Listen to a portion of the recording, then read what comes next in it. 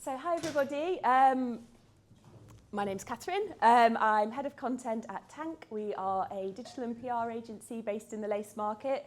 I've worked in PR marketing for over 10 years now, worked with a lot of tech companies at different stages of maturity, so everyone from sort of global tech brands right through to startups, entrepreneurs and everybody else in between. I'm a former journalist and I'm really passionate about clarity, creativity and human-centric communications, if that's not too much of a mouthful. Just a really small bit about Tank. We are based over in the Lace Market near the Keen's Head and St Mary's Church, if you know it. We've been running for about 16 years now, it might actually be 17.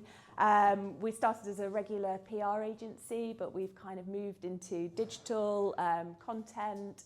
We've also got a creative agency that we work with as well. So it's all about kind of, you know, how we can help clients make their mark really, no matter what stage they're at in their sort of journey. So what is content marketing? Again, this is a bit of a mouthful for somebody who likes clear communication, but I don't know how much experience people have had of content marketing, both with their own businesses and, you know, in previous jobs. But it's essentially a way to market based on, you know, providing content that is valuable, relevant and consistent. It's designed to educate primarily and also to you know, share information about products, but it's not sales led. So there's an educational element, there's a trust building element to it, and it's ultimately designed basically to build your communities and persuade people to buy your products. And content marketing is nothing new. If you know the Michelin Guide to Britain, which is where Michelin restaurants take their name from. That was produced as a guide to the UK. It's nothing to do with tyres, but obviously it's a kind of one step removed from what the product is. And it was designed to encourage people to go out and explore the UK, obviously in their cars. And it was a way to sort of build trust, build brand awareness. So there's a great picture there of a kind of a stunt. I'm not sure what that dates back to. But yeah, it's nothing new. But content marketing is really big in tech. So reasons why, it's the longer buying cycles tend to be the main reason. It's not like a sort of small purchase, low value purchase. Often it's about, particularly in the B2B world, it's about kind of those very long sales cycles where you need to build trust, you need to build authority, you need to persuade people that you're the right person to partner with. There's an education element as well. Sometimes tech is very complex. People may not necessarily know how your product can benefit them. There's lots of tech around. There's lots of products around. So, you know, giving them a clear understanding of what you do and how it can solve their sort of wider pain points is really important. And it's important to mention too is that content marketing is framed in the context of your industry and what you do. It doesn't exist in isolation. It's about how it sort of feeds into those wider conversations that are happening. People don't want sales content straight away. There's a place for advertising, there's a place for very sales-driven content. But initially, when they're researching, when they're looking at what's you know, available on the market, they might not realise that there's a solution available to their problem at that moment. They might be searching for, you know, how do I solve this particular problem in my life or in my work before they get to you. So that's why we cover topics that are often one step removed from the product itself. Hence the Michelin you know, story. It's not necessarily about tyres, it's about encouraging people to get out. Insightful and relevant content allows businesses to establish authority, differentiate themselves in competitive markets. Again, it's about guiding readers through that sort of journey and giving them the information they need at the right moment. So at the start of the journey, it's just about brand awareness. Do they need this particular thing to solve their problem? As they get further and further down the marketing funnel, they'll get to a point where they're comparing you against your competitors, they're comparing pricing, features, that kind of thing. So essentially you need to show up at every stage of that journey. Otherwise, if you're not, for example, sharing pricing and features, somebody else will do, and that could sway their decision. And content marketing is critical in both B2B and B2C. Sort of thinking about big tech companies like Google, that's essentially a B2B in that context. That they'll produce things like huge white papers, which have technical detail, have research, have expert-led opinions, that kind of thing.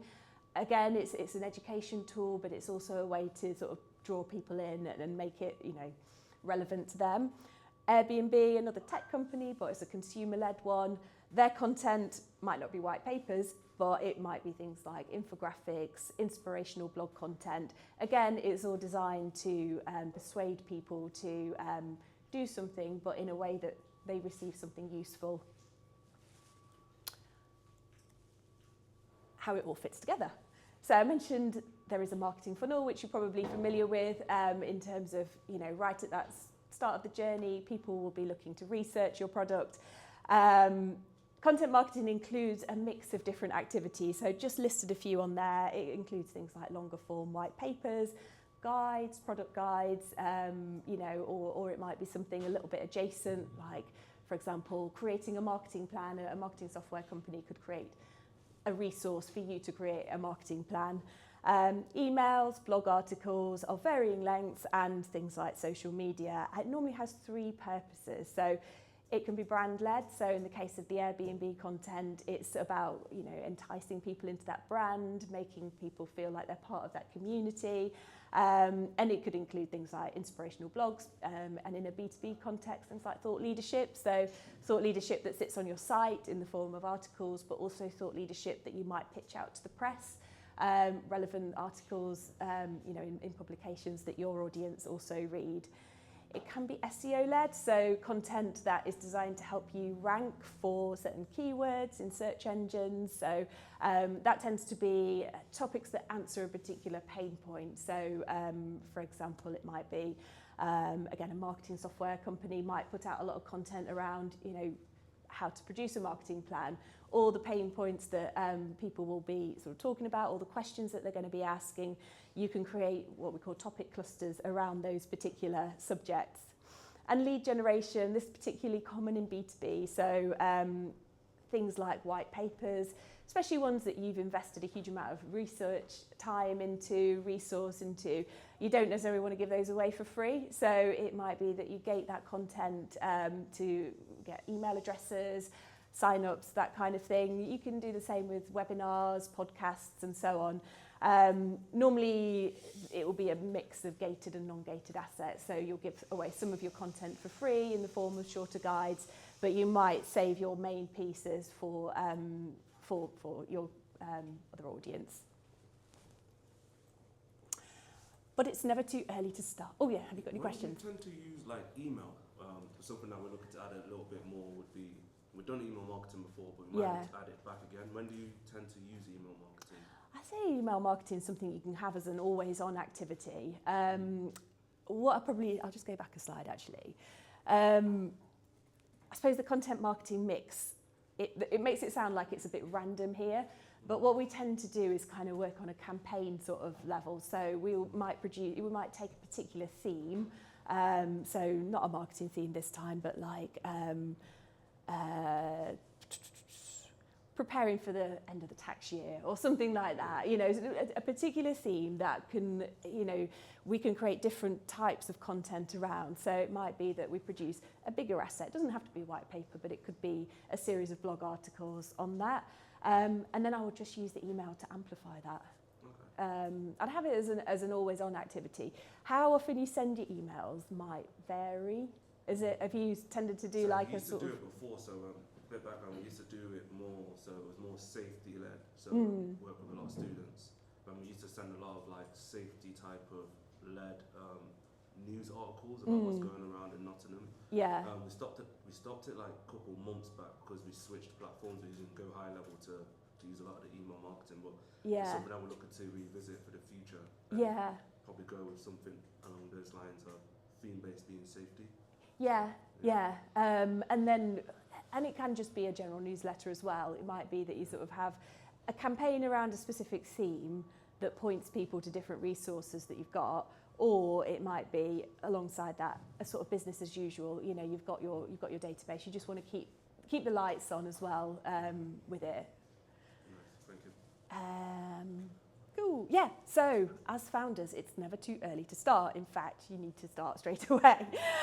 Just because you don't have a big budget doesn't mean you can't make a big impact on your audience. And I've had a few conversations with you already about those early months being actually really crucial. You've got a lot of energy, you're building, you've actually got lots of content ideas that are out there, and sometimes it's a case of how do you formulate that into a bit of a plan or into a bit of a kind of structure without overwhelming your audience in those early stages.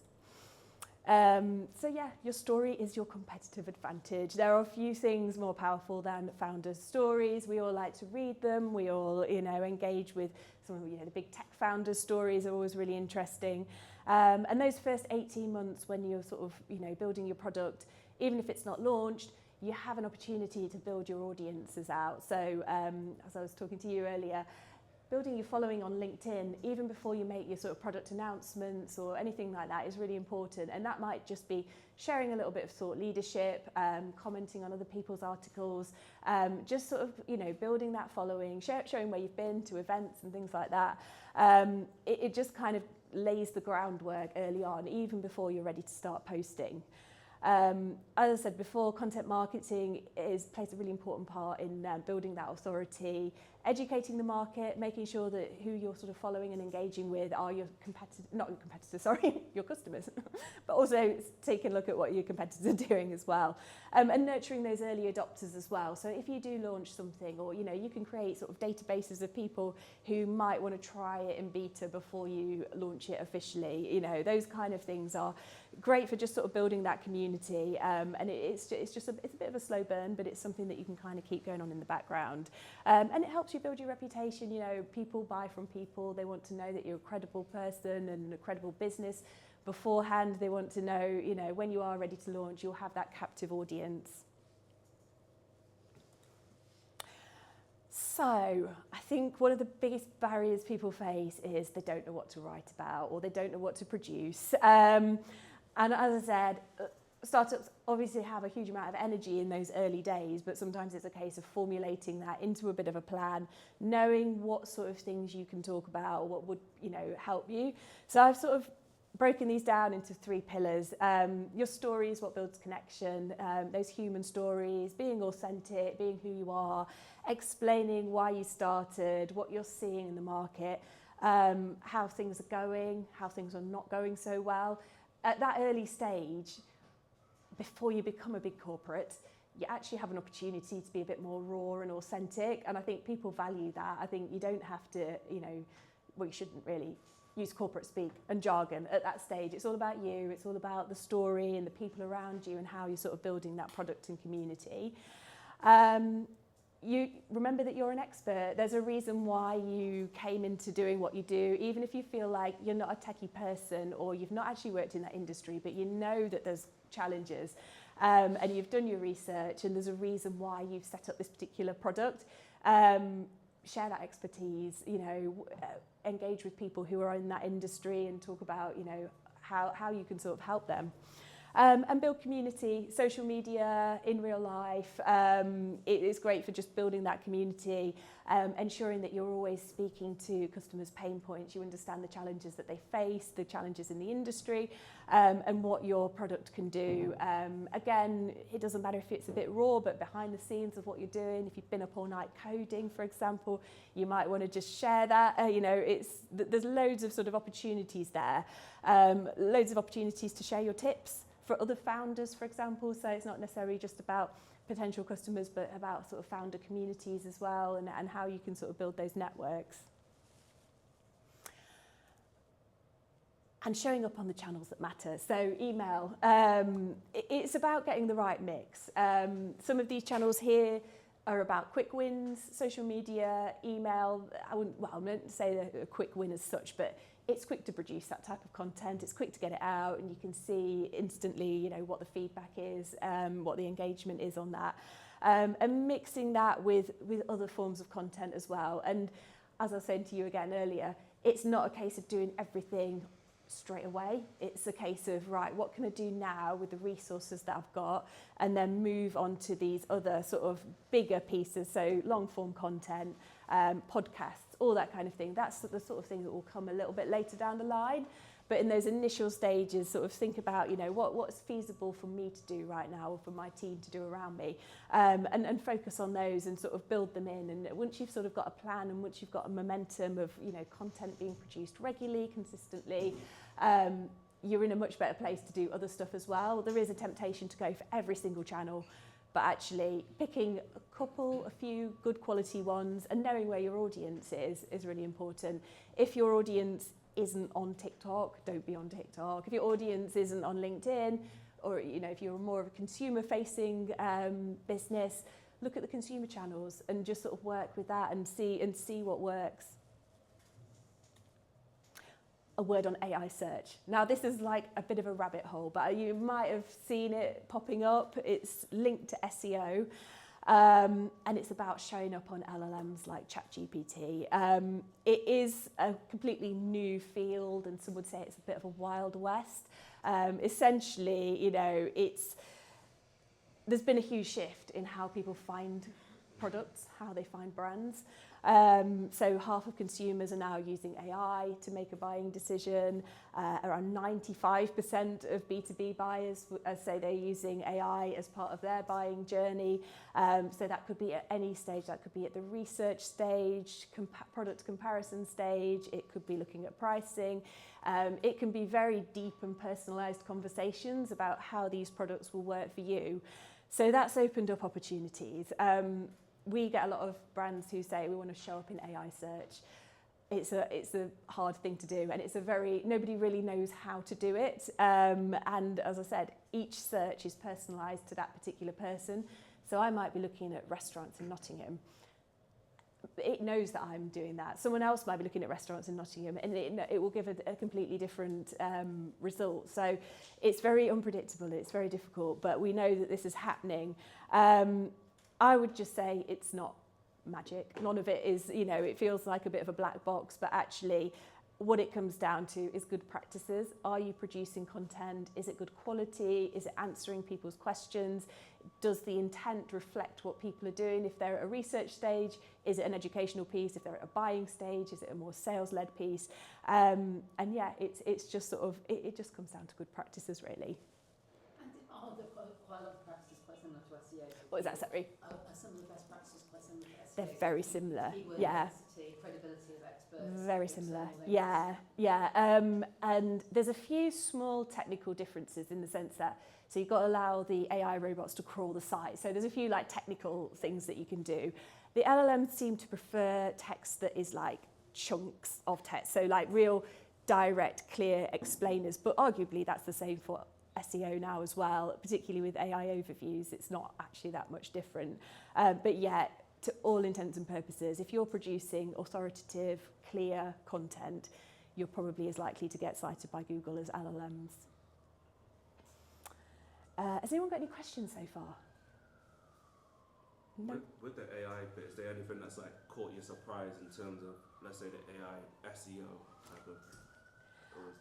Yeah, I suppose just how quickly it's changed from being, you know, SEO's always been a bit of a sort, you know, there's ways to work it, but it's always been a bit mysterious as to how, you know, what exactly is going to rank and what the results are going to be. I suppose AI search, I would say it's just more volatile. So, for example, we might have looked at SEO and sort of the search has been kind of like, you know, fairly steady, you know, as long as you're doing all the right things, the improvements might be quite steady. I think with AI search, we just don't know when it's going to, you know, what's going to impact it. So you might see spikes, you might see more citations. There's no reliable measurement tools either. So knowing it, you know, a lot of the time I sort of think it probably comes down to your feedback from customers. You know, how are you finding us? How are you accessing information about us? Are you just ChatGPTing it and finding the information there? Are you landing on our website? Quite a few businesses have been concerned about a massive drop in their website traffic because people aren't landing on the site anymore. They're just going to the AI overview or ChatGPT result. So that's a bit of a difficult one to. Apparently soon as well. Yes, in the last week, I think they've started appearing in the US, haven't they? So lots of people will not get leading people to their sites to buy because Yeah. ChatGPT. Yeah. Fully out now already? No, it is in some countries. I think it is in the US. Yeah. I can add some context on LLMs pickup websites. Yeah. So LLMs use something called hierarchy of power, which is it will go to verified trusted sources first. So if you're on about finance, it will search like your standard industry finance websites first. If you go to marketing, it'll pick up your big marketing websites first and stuff like that. So it's SEO in a way, but you can't instruct it to rank as much as you can in SEO, where you can manipulate it through keywords and things like that. LLMs more rely upon, they learn from you and your profile, so what you generally go down first. So if you start looking at marketing and you cater towards a certain specific type of marketing, because you've researched that, its memory will pick it up and then it will start steering you consistently down towards the same sort of roads and avenues. So for ranking on ChatGPT, for instance, it's more of a, it's linked in the sense that the higher you rank on Google, the better, because you already have that trust form from it, because it researches you as a business, and because you rank on Google, it thinks you are more trustworthy, so to speak. And it picks up trust signals from third parties as well. So if you get cited, I mean, this is the gold standard, but if you get cited by the BBC, then in a good way, then the LLMs will take that as a big trust signal that it's got through the editorial scrutiny of the BBC, so it sort of views it as a trustworthy document or trustworthy piece of content. But also other things like reviews, so Google reviews, Trustpilot reviews, any of those can contribute to that sort of trust that this is a reputable company. It's getting that organic sort of trust signal, I guess. So sort of paying attention to those kind of things can be really helpful. Again, there's so many channels to do that it's always better to focus on fewer and sort of doing them well rather than kind of thinking about all the different things that you can do. But the sort of AI search landscape has sort of broadened it out to things like Google reviews, and that can help smaller businesses. Sometimes the bigger businesses, I did an analysis of one company, and the smaller business that I was analysing actually had much better reviews because it wasn't a huge corporate that had all the millions of bad reviews mixed in there. Actually, this small company that was just delivering a really good service had more 5-star reviews, so that's quite a good signal. And getting started. So again, I had a chat with you about this earlier. You don't need much to get started, just a LinkedIn profile. And in those initial stages, it might just be building out your community, connections, starting to comment, post and make posts, which aren't necessarily to do with your product if it's not launched, but just that sort of taps into the sort of the pain points and issues that are happening in that particular industry. Creating a content plan can make the whole thing seem a lot less overwhelming. Staggering everything through the year, again, you might be brimming with ideas, you might be struggling a little bit, but if there's anything that you can tailor it around, like key industry events and milestones, product launches, whatever it might be, just seeing that 12-month plan week by week is really helpful. And there's all sorts of sophisticated ways to do it, but I just think a spreadsheet is really good.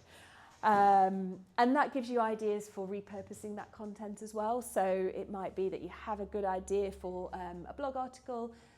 How can you then use that in email? How can you repurpose it across social media? How can you create a nice graphic? All those kind of things. It just gives you that sort of holistic view of how you can use your content in the most effective way possible.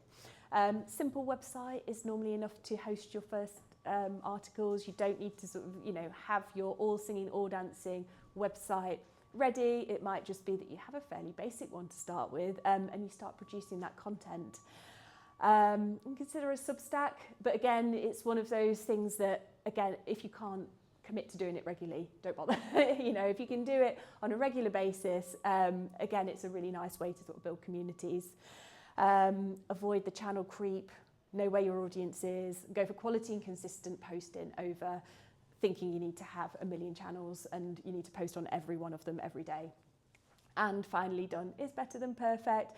Obviously, always aim for good quality content, as good as you can get it, but don't overthink it. Don't worry, oh, I'm not a writer, so I shouldn't produce this article. You know, I'm not very confident with what I'm saying. You can just say it. You know, a lot of the time, you know, I think you've got to get over the cringe factor sometimes when you're posting stuff on LinkedIn or you're posting an article.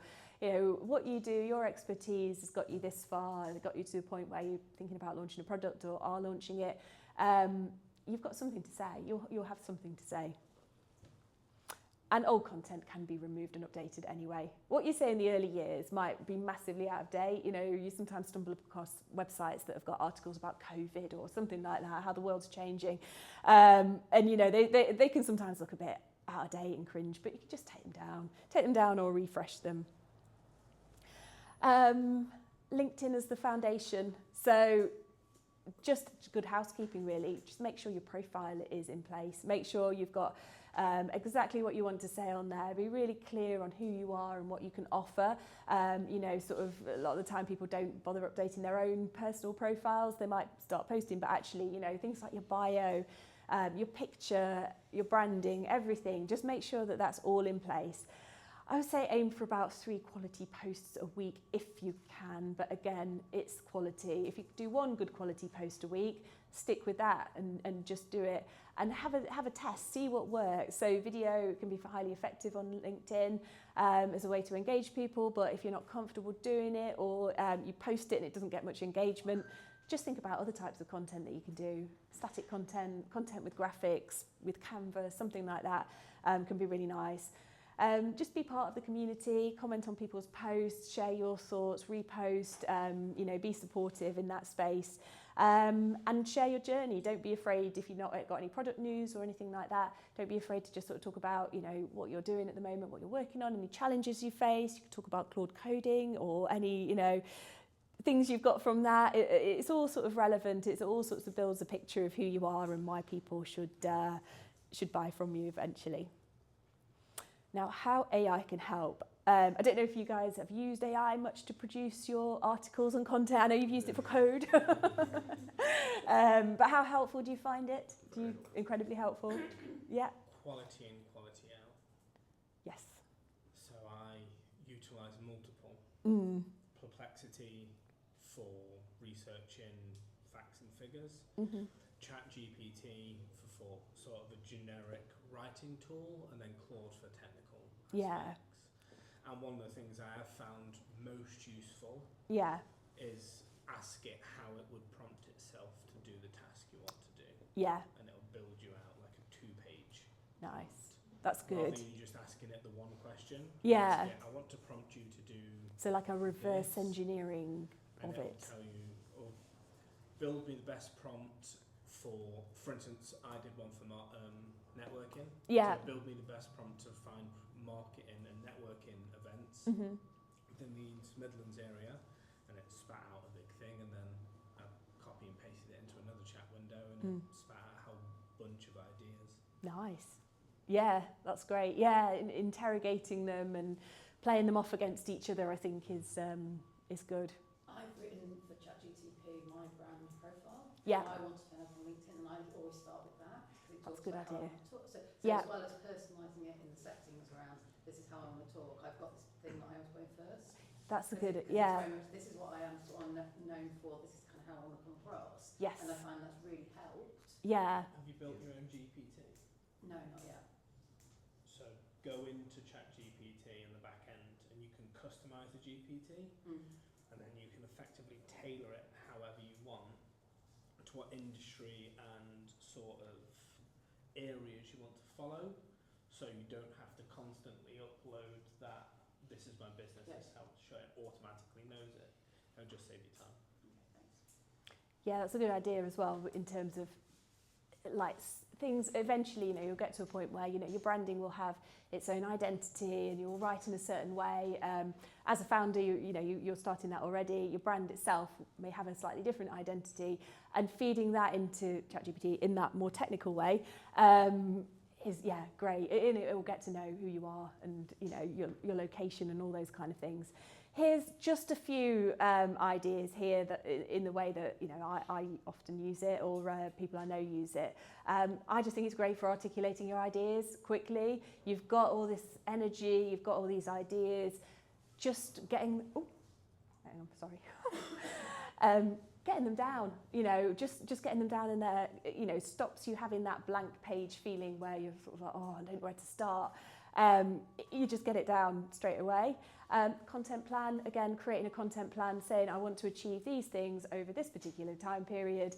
I've got time to produce this number of blogs in a week, and just getting the AI to create that content plan for you. I use it to transcribe interviews, so content is great when you're writing for yourself, but if you can bring in an expert, have a chat with them, create a sort of maybe a Q&A style piece, get their thoughts, get their comments, transcribe it so you've got the source of information. Optimizing for SEO, just simple things like the structure of the articles, how to position it, ensure that the intent for that particular audience is right. Voice to article, if you don't particularly like writing prompts, just talk to Claude, and that will give you plenty of, it will organise your ramblings into ideas. And to clarify sentences, sometimes you write something, you know what you want to say, it sounds a bit clunky. I just use ChatGPT normally to clarify it, and it normally works quite well. I think voice to article is really nice because it sounds more natural as well. It does, yeah. If you do that rather than typing it. Yeah, and they're getting much more sophisticated in terms of understanding human language. ChatGPT, you press the microphone when you talk to it. Oh, okay. Oh, okay. Rather than writing it. And Yeah. Particularly if you want it to sound more natural and more like you, it Yeah. just flows better. And it means also that you can just capture ideas at any point when you're on the move. And I just feel it just flows much nicer. Yeah, and it's your insights ultimately. I mean, I think where people go wrong with using ChatGPT to create content is that they use it in a really generic way. So they might be like, give me 10 marketing tips for a blog article. And you just get 10 very generic marketing tips that are pulled from all sorts of different sources. But when you use it yourself, you're giving your take on it. These are your ideas, these are your insights. The AI is essentially just organising it in a way that makes sense and stuff, but the original insight comes from you. Does anybody use Prompt Cowboy at the moment? No. I was recommended that the other day. It was marketing leadership, it's amazing. What's it called, sorry? Prompt Cowboy. Oh, that's interesting. Avoiding the slop. We've all seen it. Very generic, long-winded, waffly slop. It's becoming more commonplace, but as with Google, Google doesn't penalise AI written language, but it does penalise rubbish language. So if you're not saying anything new, if it doesn't seem very expert-led, you're not likely to see your content do very well, either with humans or with search engines. So as I said previously, just start with those insights. What you are doing right now, what you've learned is the gold, really. The AI is just helping you to produce that. Bring in experts, so Q&As. It could just be that you have an expert who can provide a few nice little snippets or tips or something like that that can sit within an article. Again, it just sort of gives your pieces another dimension. Same is true of data. If you've got any sort of data within your company that you can kind of, not confidential data, but data that shows a trend, for example, or if you commission a survey or something like that, that's your own data. So again, that has value. Continually refining your prompts. There's all sorts of ways to do that now, playing off LLMs against each other, ensuring that it gets to know who you are, your branding, your style, all that kind of thing. It's an ongoing process, but it will ultimately make sure that you can produce content much quicker. edit and edit again. Same is true of any piece of content that you produce, whether you've used AI or not, but really look out for those AI-isms, those cliches, remove any waffle. Sometimes AI likes to give you a very long and convoluted response. It doesn't need to be like that. And ultimately making sure it sounds like you. You know, don't be afraid to bring in I, we, that kind of thing. Doesn't need to be detached and impersonal. And just check that any sources that are cited are reputable. Just a few takeaways for today, and then I will wrap up. So yeah, your story is your competitive advantage, especially in the early days. Use it to engage with your audience. Start with LinkedIn and build out your community, and go for quality over quantity. Content plan, so you're publishing consistently through the year. Done is better than perfect though, don't overthink it. Use AI strategically to produce good quality content while keeping the human in the loop. And enjoy the process. Many founders are already creative people, so this is just another avenue for you to be creative, come up with ideas, talk about something you're really passionate about. It's worth investing that time in producing content because ultimately it's what will elevate and enhance what you have to offer. That's it. Has anybody got any questions? Cool. Thank you, everyone. Thank you.